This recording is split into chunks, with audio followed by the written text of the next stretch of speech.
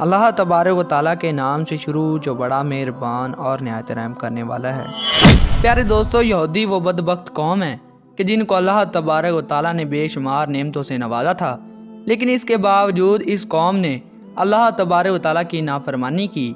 یہ وہ کافر اور ظالم قوم ہے جنہوں نے سب سے زیادہ انبیاء کرام کو تکالیف دی اور معاذ اللہ انبیاء کرام کو قتل کر دیا، اور بدبختی ان کا مقدر ہے۔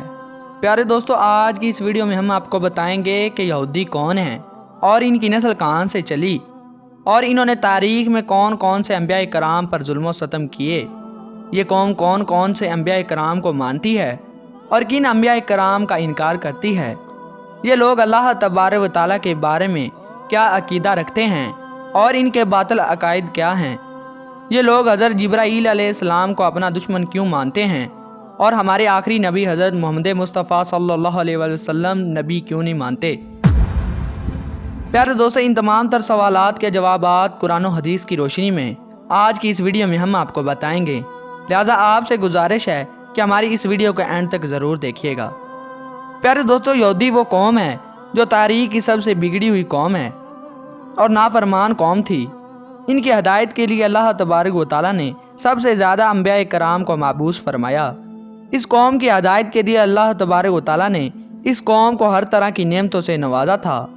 اس قوم نے اللہ تبارک و تعالیٰ سے جو مانگا، اللہ تبارک و تعالیٰ نے ان کو وہی عطا کیا۔ یہی وہ قوم تھی کہ جن کے لیے اللہ تبارک و تعالیٰ نے آسمان سے من و سلوہ اتارا، لیکن اس کے باوجود یہ قوم اللہ تبارک و تعالیٰ کی نافرمانیاں کرنے لگی۔ اس قوم کو بنی اسرائیل بھی کہا جاتا ہے، اور بنی اسرائیل کی طرف سے سب سے زیادہ انبیاء کرام مبعوث ہوئے۔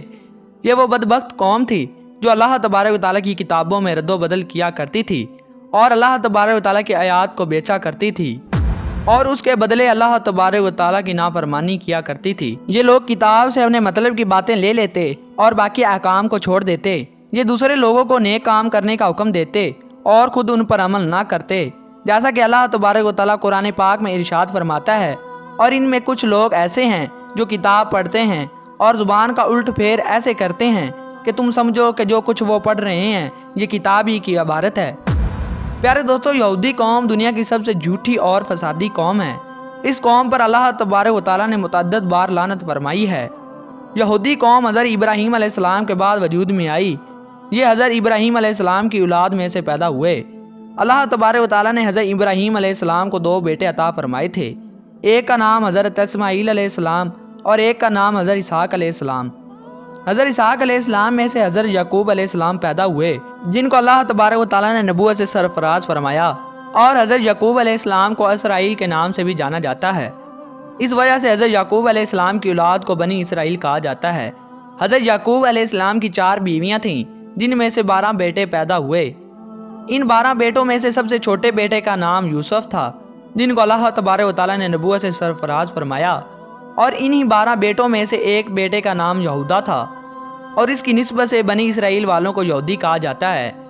حضرت یعقوب علیہ السلام کے بعد اللہ تبارک و تعالیٰ نے حضرت یوسف علیہ السلام کو منصب نبوت پر فائز فرمایا۔ حضرت یعقوب علیہ السلام کی اولاد میں سے اللہ تبارک و تعالیٰ نے 70,000 انبیاء کرام کو مبعوث فرمایا۔ حضرت یوسف علیہ السلام کے بعد آپ کے تمام بھائی نبی ہوتے رہے۔ حضرت یوسف علیہ السلام جب مصر کے بادشاہ بنے تو قہر سالی کے سبب ان کے بھائی بھی مصر میں آ گئے اور وہیں پر مقیم ہو گئے۔ حضرت یوسف علیہ السلام کے بعد جب فرعون کا دور حکومت آیا تو فرعون نے ان کو اپنا غلام بنا لیا، اور کئی سالوں تک یہ لوگ فرعون کی غلامی کرتے رہے۔ حضرت موسیٰ علیہ السلام کے زمانے میں بنی اسرائیل کے 12 قبائل تھے، اور یہ تمام قبیلے فرعون کی غلامی کرتے اور بت پرستی کرتے تھے۔ بنی اسرائیل کی یہ قوم 300 سال تک فرعون کی غلامی کرتی رہی، اور بعض لوگ شرک کے اندر مبتلا رہے۔ پھر اسی نافرمانی قوم اور فرعون کی ہدایت کے لیے اللہ تبارک و تعالیٰ نے اپنے پیارے نبی حضرت موسیٰ علیہ السلام کو مبعوث فرمایا۔ چنانچہ اللہ تبارک و تعالیٰ نے حضرت موسیٰ علیہ السلام کے ذریعے اس قوم کو فرعون سے نجات عطا فرمائی، اور سمندر میں سے رستہ بنا کر اس قوم کو ایک نئی زندگی عطا فرمائی۔ لیکن اس کے باوجود یہ قوم اللہ تبارک و تعالیٰ کی ناشکری کرتی رہی اور اللہ تبارک و تعالیٰ کی نافرمانی میں مبتلا ہو گئی۔